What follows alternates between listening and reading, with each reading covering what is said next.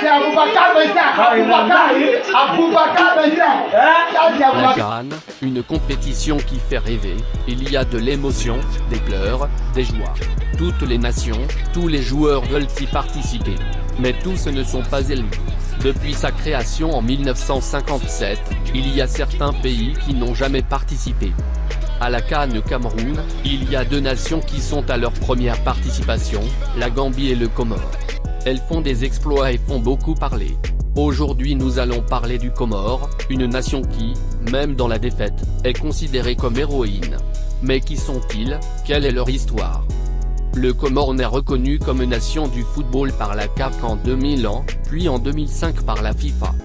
Le tout premier sélectionneur du Comore, Ali Mbaye Camara, est à l'initiative du surnom des Colacantes, poisson préhistorique et patrimoine national des Comores, symbolisant la résilience et la longévité.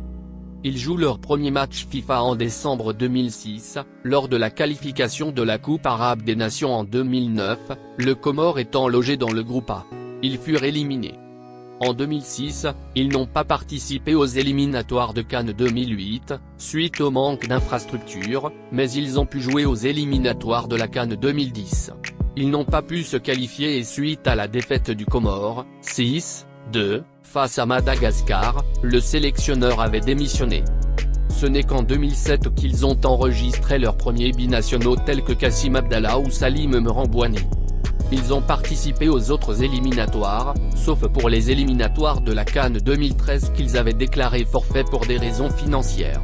Ce n'est qu'aux éliminatoires de la CAN Cameroun 2021, qu'ils ont reçu leur premier ticket pour la CAN. Exemptés du premier tour, ils sont logés dans le groupe G. Leur premier match contre Togo, les Colacantes s'imposent 1-0. Ils font contre Égypte, 0-0. Au Kenya à Nairobi, 0-0, et une victoire 2-1 à Moroni, les Comores sont à un point de créer l'exploit. Le 25 mars 2021, les Comores font match nul 0-0, contre le Togo, se qualifiant ainsi pour la Coupe d'Afrique des Nations, pour leur première fois, malgré la défaite face à l'Égypte, 4-0.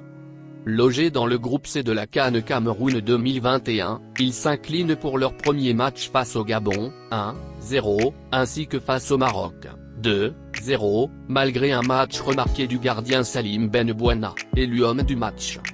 Pour leur dernier match, ils recréent l'exploit face au Ghana, en s'imposant 3-0, et se qualifient pour le huitième de finale.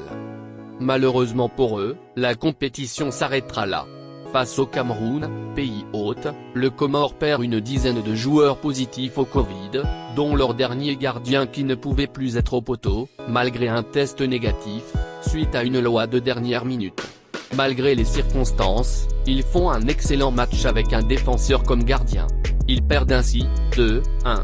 La situation dans laquelle a joué le Comore a suscité plusieurs réactions et questions. Certains parlent de la machination et accusent la fédération camerounaise. C'est ainsi que le patron de la fédération camerounaise de football, FECAFOOT, en sigle, Samuel Eto'o-Fils, a tenu clarifier la situation. En ce qui concerne les tests, je voudrais rappeler à tous vos confrères que l'agence choisie pour faire des tests n'est pas sous le contrôle du Cameroun, poussant sous le contrôle de la CAF. Et je souhaite vraiment, humblement, que mon pays soit respecté. Je n'ai jamais accepté la tricherie et je n'accepterai jamais la tricherie.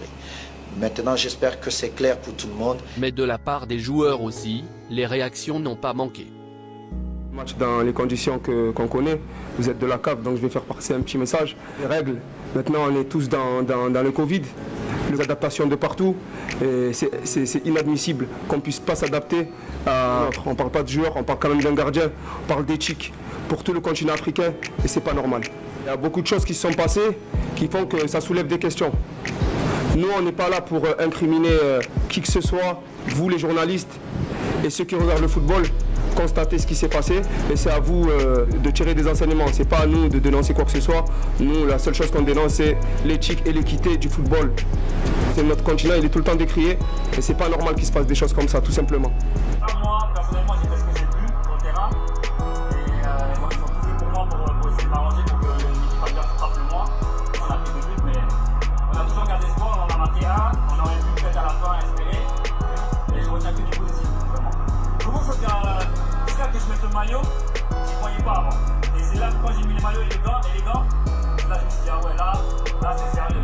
l'histoire d'une nation à cœur vaillant. Merci de nous avoir suivis, vous pouvez vous abonner, une façon de nous soutenir car cela nous fait chaud au cœur.